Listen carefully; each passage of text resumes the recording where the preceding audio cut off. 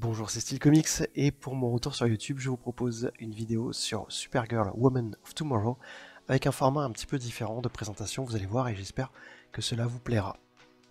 Le titre Supergirl Woman of Tomorrow, qui a été édité par DC Comics et chez Urban, est sorti à peu près en juillet 2022 si je me souviens bien, scénarisé par Tom King et dessiné par Bilquis Evely, pardon, j'écorche son prénom déjà d'entrée de jeu, qui est une artiste brésilienne que je ne connaissais pas du tout et que j'ai vraiment découverte ici avec énormément de plaisir, puisque c'est une artiste qui a travaillé sur Doc Savage, j'ai vu, chez DC sur Batman notamment, sur Wonder Woman aussi, et et sur Sandman aussi, et j'avais jamais vraiment découvert son travail, en tout cas j'y avais pas prêté attention jusqu'à que je découvre cet album Supergirl Woman of Tomorrow. Je passe rapidement sur l'histoire qui moi je ne suis pas un très grand fan de Tom King, on va pas se mentir, mais donc j'y allais un petit peu à reculons. J'ai lu beaucoup de titres de Tom King, mais j'ai pas toujours accroché avec sa façon d'approcher la narration ou sa tendance trop évidente à surécrire certaines choses.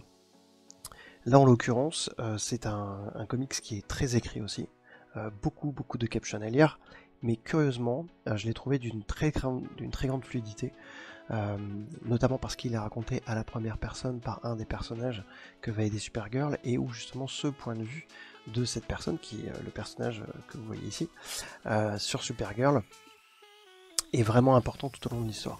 Donc une écriture qui certes est très littéraire, qui est aussi très déstructurée avec beaucoup d'ellipses comme aime faire Tom King, mais que j'ai trouvé d'une grande fluidité, très touchante, avec des réflexions sur ce qui fait l'humanité des gens en règle générale, plutôt bien trouvées. Donc je vous en recommande vraiment fortement la lecture. Déjà sur le fond, c'est une très belle histoire, et je trouve qu'elle met vraiment bien en valeur ce qui fait la beauté du personnage de Supergirl. Mais c'est principalement l'aspect artistique aussi qui m'a plu, donc avec les dessins de Bilquis Evely, mais aussi avec les couleurs de Mateus Lopez, qui apportent vraiment énormément à cette série, et ça va faire partie des choses que je vais vous proposer de voir. Donc le principe de ce format de vidéo, c'est assez simple, vous l'avez déjà compris je pense en regardant. Je me suis fait une petite sélection de pages qui vont me permettre de vous montrer ce que j'ai bien aimé dans ce comics, et puis je vais un petit peu gribouiller dessus pour vous indiquer un petit peu les éléments qui me plaisent. Donc déjà la couverture, toutes les couvertures de cette série sont vraiment magnifiques. C'est bien qu'Urban ait pu les compiler parce que vraiment elles sont somptueuses, pour plusieurs raisons. J'ai pris celle qui est la plus connue en fait de l'histoire, même si c'est pas forcément celle qui a été reprise je crois dans l'édition d'Urban, mais cette image elle synthétise un petit peu tout ce que moi j'ai aimé dans les différentes couvertures, et puis après on va en voir une autre. La première, c'est la construction.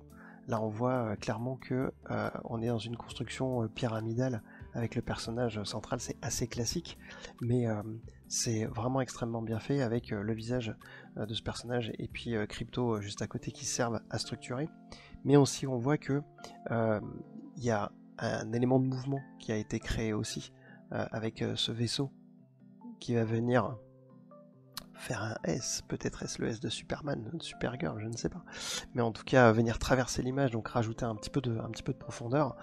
Ce que j'ai trouvé aussi vraiment cool dans cette structuration, c'est que on voit d'entrée de jeu ce qui va être un peu une trademark pendant tout le reste de ce comics, c'est tous les éléments de texturisation, que ce soit au niveau de l'énergie, des nuages, de la végétation, on va voir dans plein d'endroits, et il y a ce travail sur les textures. On le voit aussi un petit peu ici au niveau de la cape ou des plis du personnage, et c'est un travail de texture qui m'a rappelé plusieurs artistes, j'en parlerai un petit peu après, et notamment Kenneth Rocafort, qui est un artiste que vous avez peut-être découvert sur Cyberforce, qui a bossé aussi sur un titre chez DC dont le nom m'échappe récemment, sur un personnage qui peut se téléporter à travers le multiverse, mais le titre me reviendra un petit peu plus tard, bon c'est pas très grave. Il a bossé donc un petit peu chez Wildstorm, un petit peu chez Marvel aussi, quelques titres. Et il a cette façon effectivement de composer aussi beaucoup de détails avec cette approche un petit peu en aplat du dessin. On retrouve ça ici un peu. Et à certains moments aussi, ça m'a fait penser à d'autres artistes, je vous en parlerai au fur et à mesure. Donc déjà, cette couverture, je trouve qu'elle pose vraiment bien les bases de ce que va être la série graphiquement. Quelque chose de très coloré, avec cette Supergirl, finalement, avec des costumes qui est très clair. Pas trop texturé, juste ce qu'il faut. Et en même temps, un travail assez dingue derrière, on voit au niveau des différences de nuances de couleurs, et elle qui va bien ressortir au centre de l'image, le reste étant un petit peu plus mis en arrière. Donc ça déjà, ça pose bien les choses. Et puis il y a aussi cette deuxième couverture que j'ai prise en exemple, et qui permet de voir comment, en mettant en scène tout simplement une scène assez a priori basique, on a finalement quelque chose de graphique qui est assez exceptionnel. On a encore une fois une présentation et une construction, on va dire, un peu en triangle de l'ensemble. On a aussi ce jeu de personnages qui attendent, alors en l'occurrence un vaisseau spatial, hein, mais qui semble attendre un arrêt de bus quelconque. Et puis on a cette idée aussi que tous les personnages regardent quelque part. On a lui qui regarde là, elle qui regarde devant, l'enfant qui regarde par là, la jeune sidekick qui regarde ça pendant que ce personnage, et puis Supergirl, elle qui semble avoir les yeux un peu fermés, qui regarde ailleurs. Ce jeu de regard, en fait, il participe vraiment à une construction, je trouve, vraiment, que l'on va retrouver dans la composition globale, qui va être finalement d'avoir cette espèce de forme, en fait, qui se dégage, donc un effet de vague qui est accompagné ici. Et cet effet de vague, je le trouve vraiment intéressant, parce qu'il permet à la fois de créer de la dynamique, hein, on le voit avec cette flèche ici, mais il permet aussi de structurer et de créer une zone circulaire dans laquelle on met les personnages.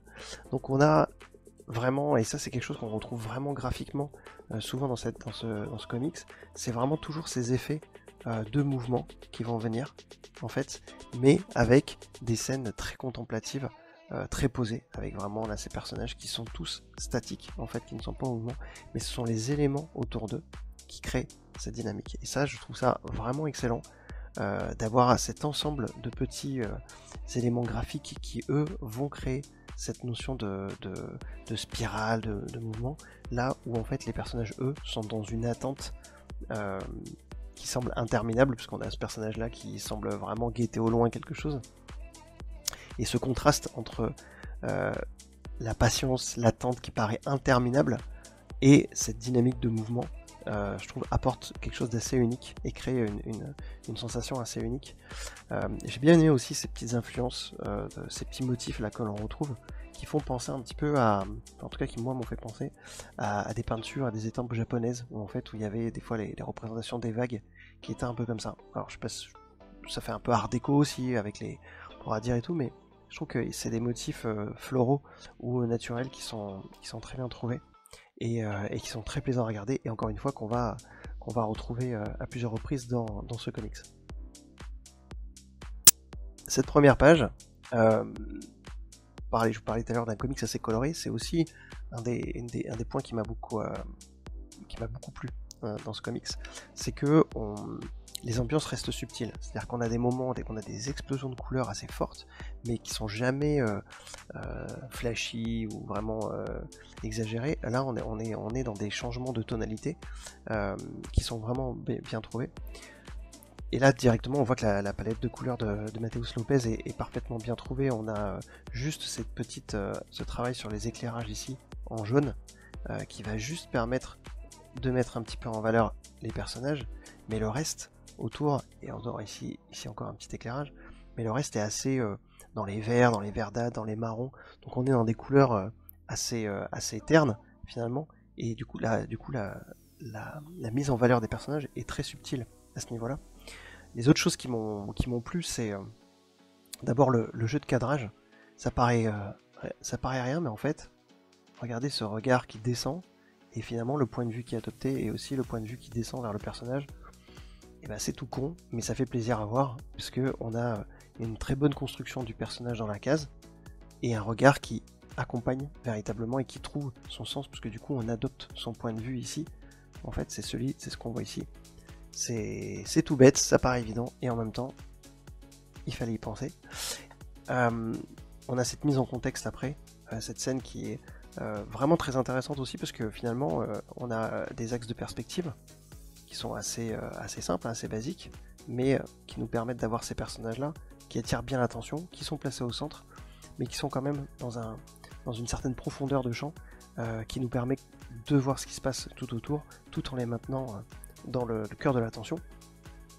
Et puis on a autre chose qui sont les expressions faciales, notamment on va voir aussi dans le reste du comics, les expressions, les personnages sont très expressifs, ils ont des traits réalistes, parfois dans un style presque dessin à l'ancienne, j'allais dire presque, je vais pas dire dessin médiéval, mais je sais pas pourquoi, ça m'a fait penser un petit peu à ça, notamment pour ce personnage féminin. Mais tous les personnages sont très très expressifs, et c'est important parce que il y a plusieurs scènes où il n'y a pas de parole, il n'y a que des captions qui viennent raconter un peu l'histoire, et l'émotion du personnage ne va se lire que sur le visage. Et puis un dernier point aussi que je trouve vraiment intéressant, c'est l'ancrage. L'ancrage ici, en fait, quand vous regardez, les traits sont quand même relativement fins, voire quand on regarde dans les détails, on n'a pas quelque chose de très droit. On a un ancrage qui est très comme ça, qui est très organique en fait. On n'est pas dans un ancrage, j'allais dire très froid, avec un plein et délié parfait, etc. Et ça j'aime beaucoup. C'est le type d'ancrage qu'adopte par exemple Daniel Warren Johnson, ou des artistes comme ça qui ne cherchent pas forcément à rester dans une forme de classicisme, mais qui sont pas non plus dans une approximation, parce qu'on regarde bien les styles de traits, le travail qui est fait ici, clairement on n'est pas dans du truc bâclé en fait. Mais ce travail au trait très fin qu'on peut retrouver finalement plus souvent peut-être dans la franco-belge, je pense comme ça un peu à l'univers de Landfust, à des choses comme ça, permet à l'artiste d'amener énormément de détails dans le décor, de texturer vraiment beaucoup les matières, même là on voit ces bancs par exemple et tout, qui ont l'air usés, rongés, et ça se fait juste avec cette pseudo-irrégularité de l'ancrage, et tout au long du comics, je trouve ça vraiment très très bien maîtrisé. Une petite page d'action où Supergirl va mettre une petite correction à ce personnage. Là, je vous parlais tout à l'heure des expressions de visage. Bon, clairement, elles sont très bien faites, indéniablement. J'ai beaucoup aimé là-dessus, surtout la tête que fait Supergirl ici, entre contrariété et étonnement. Parce qu'il faut savoir qu'à ce stade de l'histoire, elle est en état d'ébriété, donc c'est une tête qui est plutôt bien faite. Et puis surtout, après, encore une fois, si vous suivez mes vidéos, vous savez que c'est un peu mon obsession, mais ce travail sur les axes, on a ici un combat, et donc on a un combat avec des flèches qui s'opposent. On a cette épée qui vient dans ce sens-là, et le coup qui vient dans ce sens-là. On a ce visage qui est incliné comme ça, et celui-ci qui est incliné comme ça, donc en opposition au corps. On a ce corps qui part avec cette épée dans ce sens, et l'esquive qui est dans l'autre. On a ce coup de coude, et ce coup qui vient dans ce sens-là, et puis l'attaque qui est dans ce sens. Et puis on a ce mouvement de riposte qui vient croiser ce mouvement de chute. Donc voilà, ça paraît encore une fois à chaque fois évident quand je le montre, et en fait il suffit de regarder des dizaines et des dizaines de pages de comics pour se rendre compte que ça l'est pas pour beaucoup d'artistes, et c'est très compliqué en fait finalement d'y penser quand on fait un dessin. Des fois on va juste se concentrer déjà sur le fait d'arriver à bien rendre quelque chose, et là en l'occurrence c'est parfaitement construit, et puis on voit qu'en plus on est dans une page où c'est fluide quoi. Ces enchaînements se font de manière extrêmement fluide, très rapide et surtout variée, puisque on n'est pas dans la même répétition d'un mouvement, et ça je trouve ça plutôt cool. Une autre page aussi qui m'a plu, très Tom King dans le style, puisque découpage avec une grille à 9 cases. Vous savez, si vous avez lu d'autres comics de Tom King, notamment Mr. Miracle, qu'il adore ce type de découpage. C'est une structure qui a été aussi popularisée par Dave Gibbons et Alan Moore sur Watchmen. C'est une structure qui est à la fois très intéressante narrativement, parce qu'elle permet de raconter beaucoup de choses, de mettre beaucoup de choses en image, et en plus c'est une des structures qui permet le plus de combos en fait. C'est-à-dire que vous pouvez partir de cette grille en 9 cases, et puis à des moments décider que votre case, vous allez avoir une case qui va être sur deux espaces on va dire, puis une autre ici, vous allez pouvoir utiliser la largeur la fois suivante, vous allez pouvoir encore une fois inverser, etc. et tout.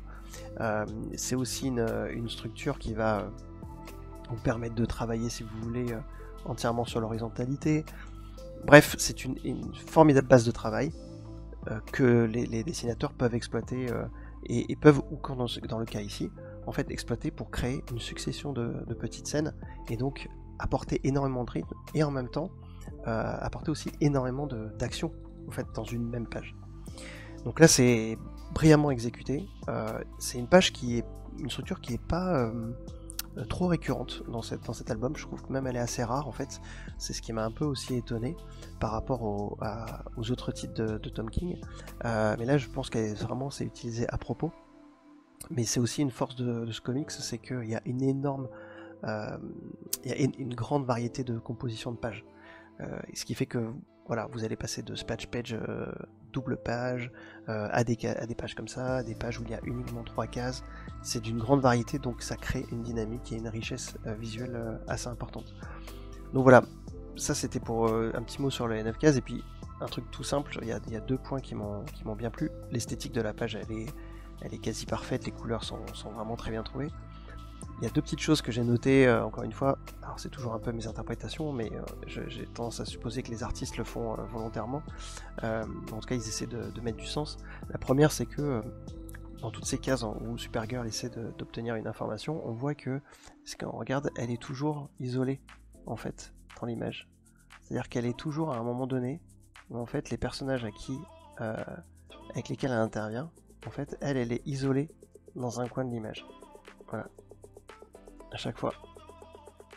Et ça, je trouve ça plutôt cool de jouer sur le fait que, alors, il y aurait eu d'autres moyens de le construire.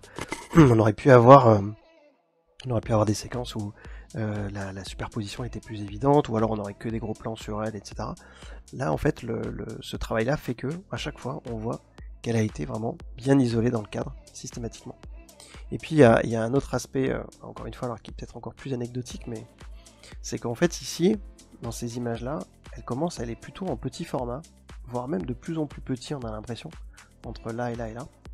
Là, elle est un petit peu plus grande, vraiment, un petit peu plus grande qu'ici. Là, elle est cadrée encore un petit peu plus près, et là encore un petit peu plus près. En fait, on a l'impression que la caméra se rapproche un tout petit peu, comme si elle se rapprochait, elle, du but, ou au contraire, si elle s'en éloignait.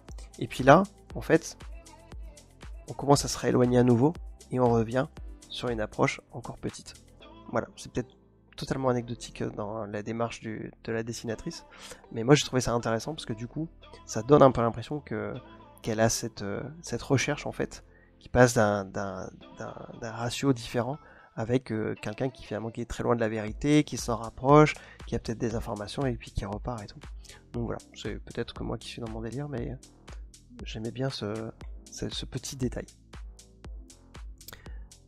Un autre style, je vous disais que les découpages étaient très variés. Là, on est sur vraiment un découpage 4 bandes assez classique, mais contrairement à la page précédente où on avait une succession d'actions, donc à beaucoup d'ellipses et beaucoup de choses qui se passaient en très peu en 9 cases, quasiment 9 scènes différentes en 9 cases, là on a une scène totalement au ralenti. C'est-à-dire qu'on a vraiment une action ici qui a l'air d'être très très très très lente, mais vraiment, en plus qui est super cool, hein, qui fait un peu penser à Superman Returns. Si vous avez vu ce film conspué, mais dans lequel il y a cette super séquence de Superman qui prend une balle dans l'œil et la balle s'écrase littéralement sur son œil. Et donc là, on retrouve un petit peu ce truc-là avec elle qui enlève vraiment nonchalamment du bout des doigts cette balle. Et d'ailleurs, ce ralenti, en fait, il est intéressant parce que c'est à la fois une décomposition du temps, qui donne l'impression que vraiment elle prend son temps pour faire ça, mais aussi quelque chose qui semble montrer son agacement, puisqu'il y a une insistance sur son visage et la contrariété qu'elle ressent. Donc ça, j'ai trouvé cette idée plutôt maligne, d'autant que ça crée du coup quelque chose de très élégant dans le personnage, notamment dans les jeux des doigts, quand vous regardez ici. C'est pas des gestes brutaux, en fait, même la posture de son petit doigt ici. Il y a quelque chose de très très élégant, très féminin dans sa façon de bouger la main, ce qui fait que ça ne paraît pas brutal, ça paraît la délicatesse d'un personnage qui est resté, qui essaie quand même de se contenir et de ne pas céder à la violence. Et voilà. Et donc ça, typiquement, c'est quelque chose qu'on va retrouver dans ce comics, cette capacité à gérer le temps, à ralentir le temps, à créer des accélérations. Je trouve que c'est vraiment, vraiment quelque chose de brillant tout au long de cette histoire. Alors, il y a des splash pages vraiment magnifiques dans cet album aussi. Et ce qui est marrant, c'est que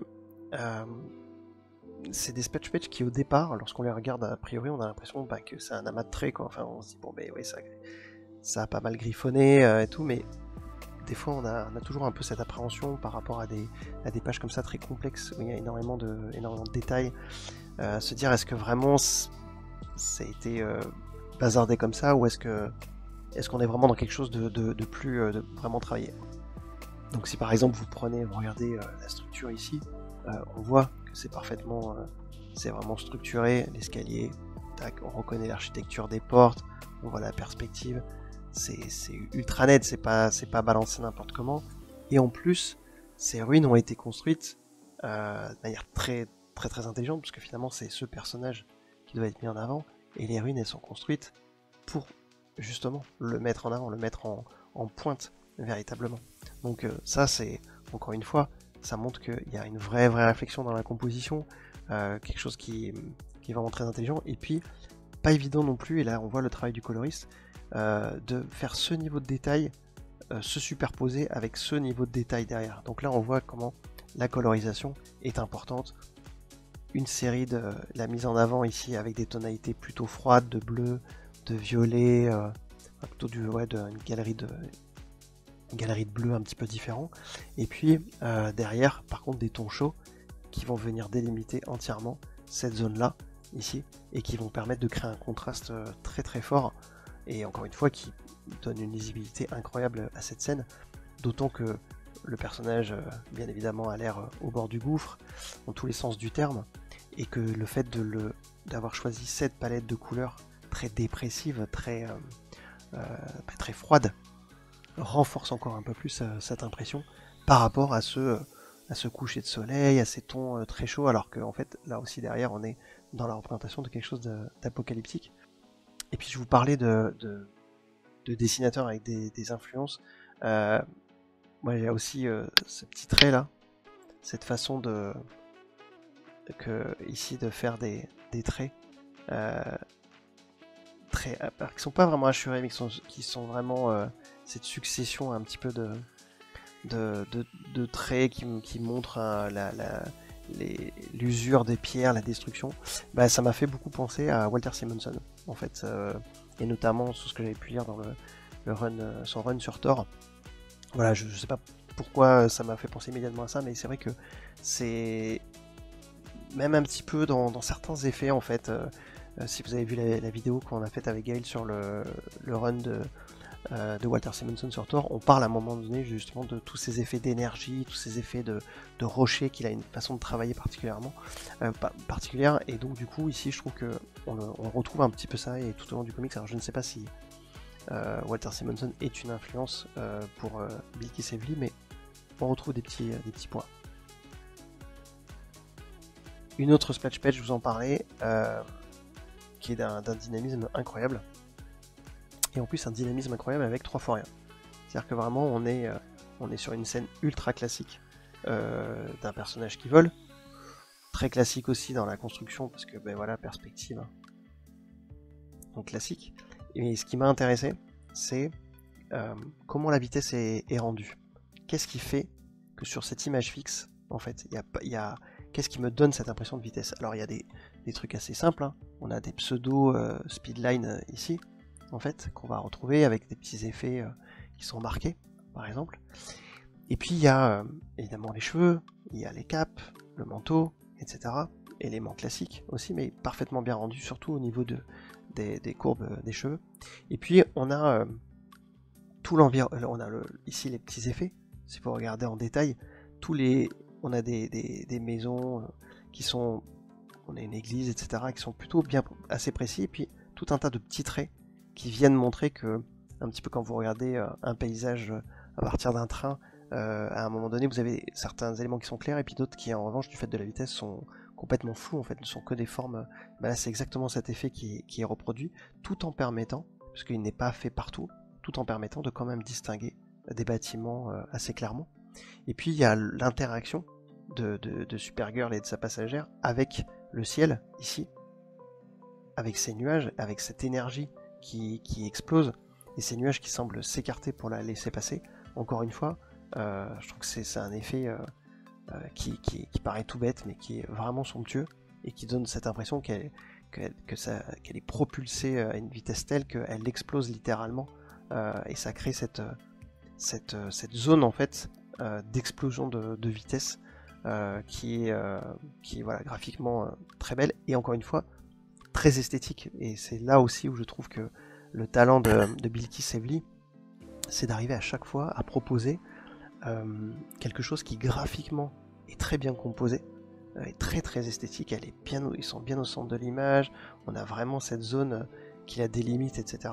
C'est parfaitement bien structuré, et donc c'est très beau visuellement, et en même temps, il y a du dynamisme, il y a du mouvement, il y a de la narration. Et ça, c'est encore une fois la marque, selon moi, de vraiment de très très grands artistes. Cette page est beaucoup plus simple, beaucoup plus posée, mais je voulais vous montrer un peu le travail sur le visage. Clairement, je trouve qu'elle a une façon de dessiner Supergirl qui est vraiment extraordinaire tout au long de... C'est très atypique comme style, on n'est pas du tout dans les approches classiques de super-héros, soit que ce soit dans les tendances post-Jim Lee ou post-John Byrne, ou dans les figures plus traditionnelles du comics, comme George Pérez ou Mark Bagley, etc. Là, on est vraiment dans une approche très délicate, mais c'est pas du tout péjoratif, évidemment, hein. C'est-à-dire que vraiment, on a une construction des visages, des regards très doux, une grande précision dans le trait, dans le travail sur les mèches, etc. On est sur des personnages qui font très vivant. On sent le souci du design à chaque fois, de l'humanisation permanente des personnages. On n'est pas dans une représentation caricaturale, iconisée à outrance, ou sur la sexualisation forte qu'on peut avoir dans les personnages féminins, évidemment, mais aussi même dans la représentation de leur force, de leur puissance à travers des traits épais, des musculatures saillantes, etc. Là, c'est pas le cas. Et pourtant, vous verrez, tout au long de l'histoire, le personnage est représenté dans des situations où en fait sa force, sa détermination ne font jamais aucun doute, mais elle garde toujours ce côté délicat, humain, généreux, posé dans la façon, et notamment, regardez bien dans les différentes pages, la façon dont les yeux sont dessinés, c'est assez incroyable, et c'est un travail qui est assez... qui m'a vraiment beaucoup plu.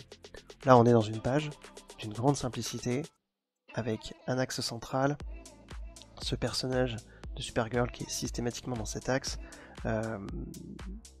et un échange qui est vraiment basé sur ce geste d'humanité, sur l'émotion que cela peut créer. Voilà, c'était une petite page toute simple. Donc il y a un beau décor, il y a quand même une belle construction, encore une fois. Mais je trouve que justement cette absence de décor derrière, en fait, ici, qu'on peut voir sur ces cases, elle n'est pas faite par paresse, parce qu'on voit même les petits éléments qui volent et tout. C'est vraiment pour garder le focus sur cet échange, sur ces personnages-là. Et après, on peut revenir dans quelque chose d'un petit peu plus rempli, mais voilà, j'ai trouvé ça vraiment, encore une fois, une très très belle page. Très simple en apparence, mais très bien pensé. Encore une petite page pour terminer. Là, c'est vraiment, je parlais tout à l'heure du sens du décor et des choses auxquelles j'ai pensé. Là, pour le coup, j'ai pensé à Philippe Drouillet, que vous connaissez peut-être, un très très très très grand artiste, très très grand dessinateur, période Moebius, Métal Hurlant, qui a fait des trucs de SF délirants comme Lone Sloan et tout un tas de comics très impressionnants, assez influencé, si je me souviens bien, par Lovecraft, et en tout cas par la mythologie de Lovecraft, et qui était extrêmement bon dans la représentation, mais d'images dantesques, de technologie, de techno-organismes, enfin vraiment des trucs bardés de détails. Je vous invite à aller découvrir son œuvre, c'est très très impressionnant. Et de se dire qu'un mec humain normal a fait ça avec ses mains, c'est voilà. Ça enterre beaucoup de dessins faits par des intelligences artificielles actuellement. Donc voilà, un travail incroyable. Et voilà, cette porte, cette façon de très très texturée qu'on retrouve ici et là avec cette espèce de structure un petit peu qui ressemble à une cage thoracique, donc très organique, et en même temps ce travail très précis sur les détails. Ça m'a fait penser à ça. On voit cette forme un petit peu ici, ce visage un peu inquiétant en plein milieu. Donc voilà, c'était un petit clin d'œil enfin, je pensais à Philippe Drouillet, mais à Geiger aussi, le designer d'Alien. On a ce petit côté-là. Et c'est vrai que, encore une fois, un travail sur la lumière assez dingue, puisque la scène est parfaitement bien éclairée ici. Et derrière, on a ces teintes qui permettent, un peu violettes, qui permettent d'isoler clairement le regard. Donc j'insisterai pas assez sur le fait que le travail de ce coloriste sur les dessins de Bilky Sevely est assez extraordinaire. Et donc voilà ce que j'avais à dire, Supergirl Woman of Tomorrow. J'espère que cette vidéo ça vous a plu, j'espère que ce format vous plaît. Effectivement, c'est un format qui me permet à la fois d'être